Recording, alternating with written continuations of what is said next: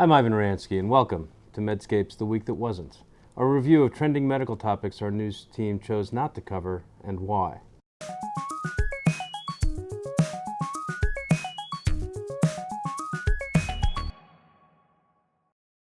Our first story concerns a 21-year-old construction worker in India whose frontal lobe was impaled by a long metal spike.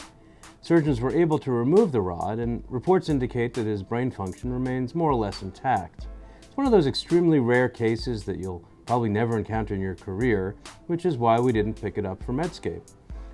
It must remind you, though, as it did me, of a similar case we all learned about in medical school, Phineas Gage. In 1848, as you'll probably recall, Gage, a 25-year-old railroad worker, was involved in a horrific accident that resulted in a 13-pound tamping iron ripping through his cheek, behind his eye socket, and into his left frontal lobe. This unfortunate incident gave us what is perhaps the first glimpse into the brain's role in determining personality. Before the accident, Gage was described as intelligent, well-mannered. After the accident, many considered him not so much, nasty, irreverent, and profane. Although we may know less than we think we do about the case, one neuroscientist wrote some years ago in The Guardian. One thing our construction workers' doctors may want to keep in mind: Gage apparently developed severe seizures later in life that led to his death.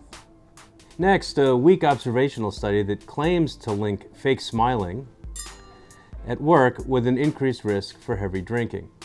Penn State and University of Buffalo researchers found that employees who made a habit of suppressing negative emotions by pretending everything was A-OK tend to hit the bottle harder and more often than those who let their true feelings show.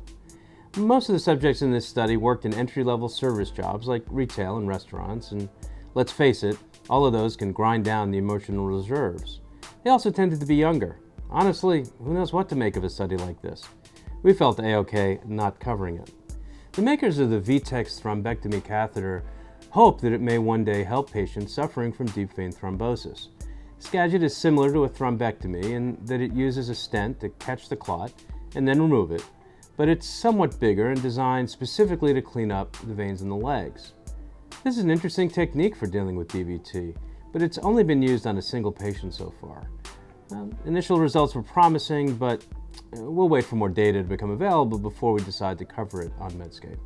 For the week that wasn't, I'm Ivan Oransky. Or maybe I'm not.